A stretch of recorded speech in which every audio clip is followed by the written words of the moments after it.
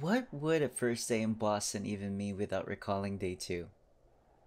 Well, it's about time we look back. I'm not really sure what happened just now.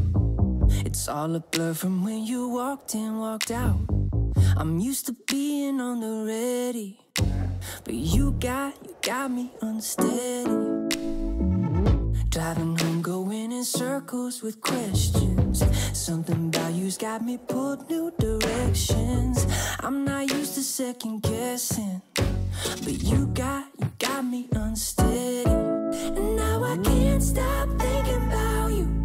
Trying to sleep, but no pillow will do. I'm running my mind over time. I stay wide as the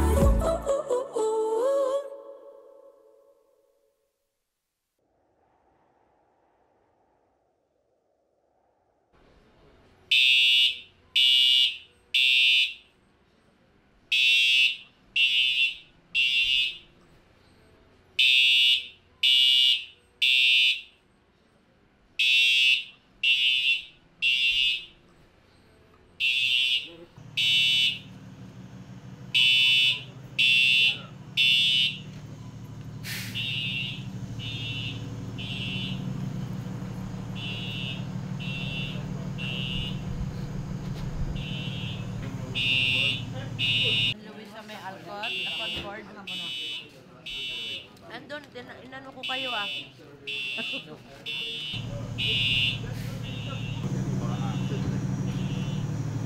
Just another false alarm here in Boston. But anyway, good morning everyone. Here's how our morning starts. Here's another day, another vlog. All through a public career, the Fox radio program is rapidly becoming the highest fidelity of broadcasting station. The finished product, the great majority of cases, the most satisfactory program to its viewpoint. And instead of preparing the program so that it will be entertaining and instructive.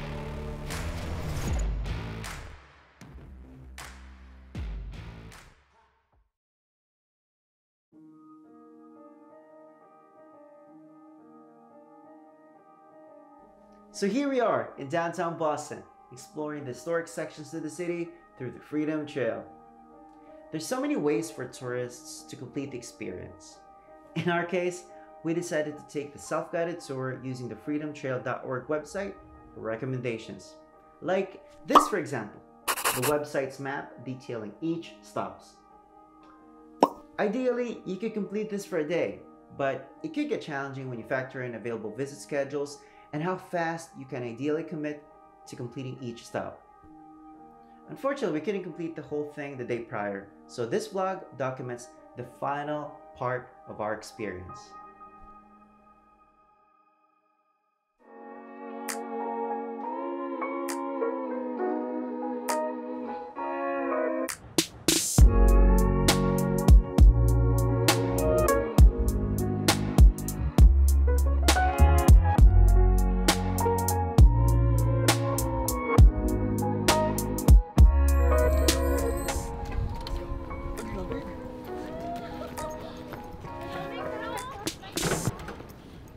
Hello Boston, good morning. It's super cold here! Oh no! It's super cold! It's super cold! Hold up. Hey, we gon' rock it till the wheels fall off. Hold up. Super cold! We barely can see your face. Oh my god, I can't even feel my face. It's not. It's a lie. Wind chill there. Yung wind chill. It's. Oh, next time we're gonna go to Chicago. We're gonna compare the wind. Hell no, that's Windy City. It's freezing here. Even with my gloves on, I could just feel how freezing it is. Exactly. The Common was a site for puritanical punishments, home to whipping posts, pillory, and stocks. Also known as training field, over 1,000 redcoats made camp at the Common during the British occupation of Boston in 1775. It was from there that 3 brigades of redcoats embarked to make the fateful trip to Lexington and Concord. You know, it's in one of these benches where they filmed on location Okay. the movie Good Will Hunting. Oh, interesting. Just don't know where exactly. Yeah. They should have put something on it, like, you know, a scene, location. Yeah, like location. a inscription, right? Yeah, with an inscription on the bench.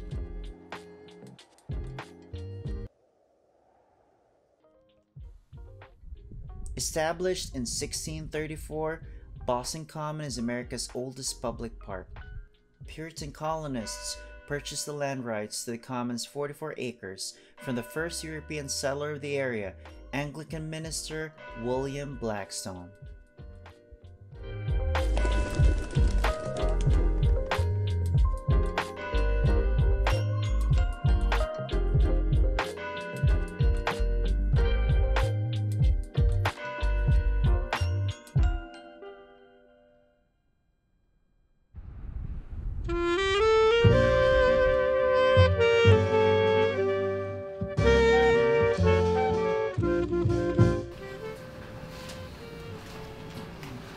Hi.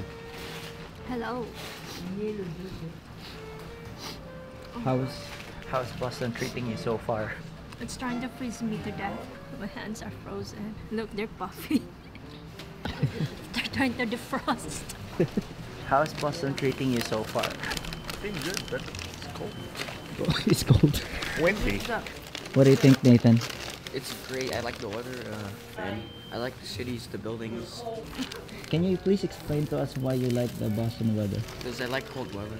It's a great. NANI?! I did not say the answer. And Nathaniel, they're already giving you the freedom to stay here as long as you want. But let's stay there forever. You want one? I have no idea. Probably fine.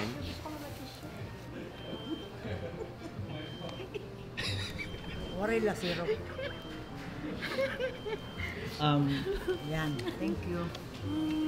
There's, I think, 2 words to describe Boston right today. I have 2 reads. It starts with letter C. Chilly. Oh. Chilly. What's the other C? Cold. Celtics. There you go.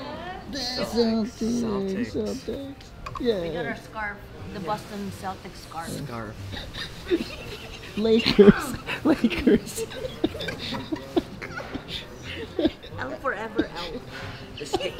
L means loser, though. That's in your forehead. Yeah, who cares anyway? Lakers, loser. Gotta act out the same iconic words that Kevin Garnett said, right? Anything is possible. Anything's possible. Anything's possible. Possible. Trademark. Okay, are you ready for the next stop? Yeah. Are you ready to see more tombstones? Yes, yes. Hey, mama.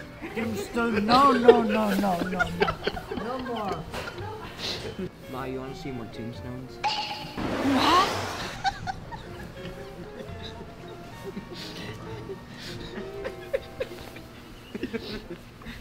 We're ready to go to the old South Meeting House. Let's go.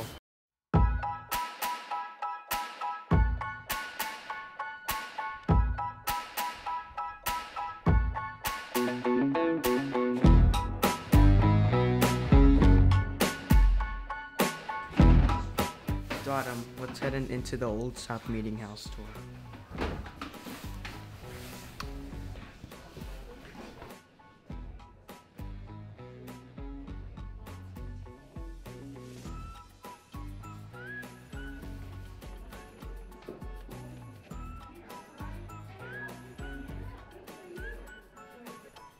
This is where the Boston Tea Party began. This hall rang with words from Puritan sermons, public meetings, and the tea tax debates.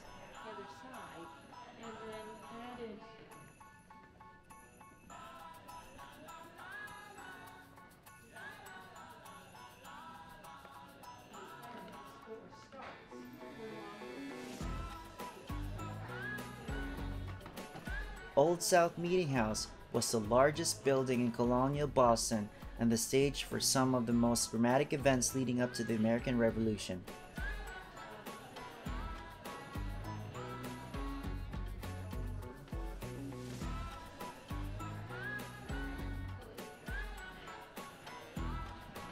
Built as a Puritan meeting house in 1729, Old South Meeting House stands today as one of the nation's most important colonial sites, one of the country's first public historic conservation efforts, and one of the earliest museums of American history.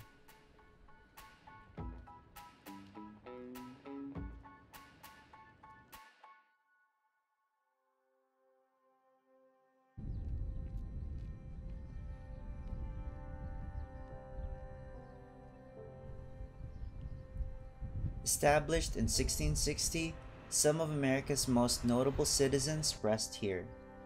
Named for the 12,000 bushel grain storage building that was once next door, the historic burying ground has approximately 2,300 markers. Dito Adam, this is the Granary burial ground. Puritan churches did not believe in religious icons or imagery, so the people of Boston used tombstones as an outlet for artistic expression of their beliefs about the afterlife.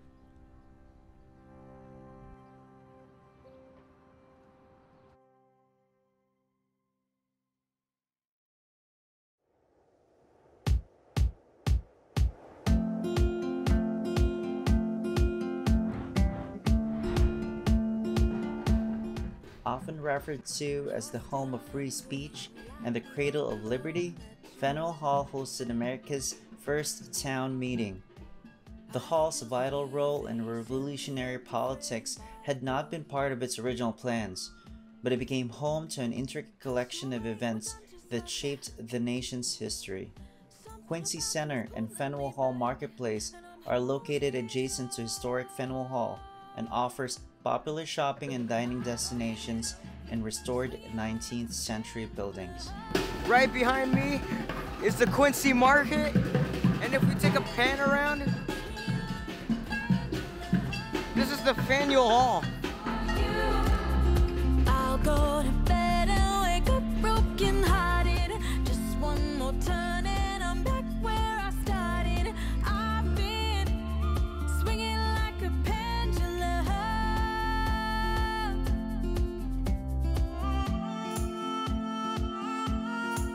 Are we close yet? Yeah. As a matter of fact, we're already here at the Paul Revere house. What? Oh my god. Mamma mia. Daddy?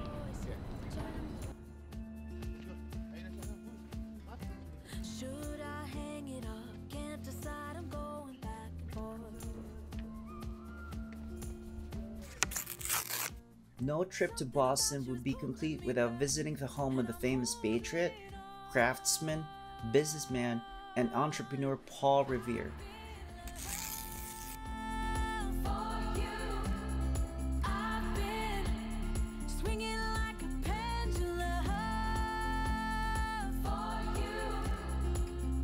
In 1774 and 1775, the Boston Committee of Correspondence and the Massachusetts Committee of Safety employed Paul Revere as an express rider to carry news, messages, and copies of important documents as far away as New York and Philadelphia.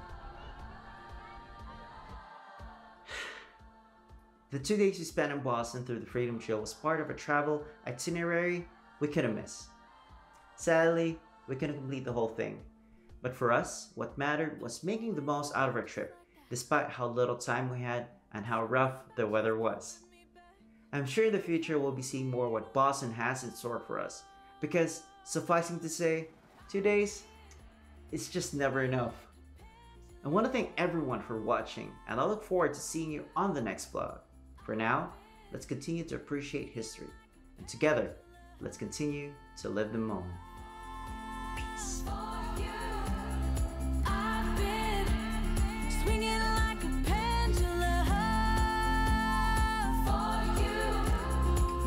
Go to bed and wake up broken hearted.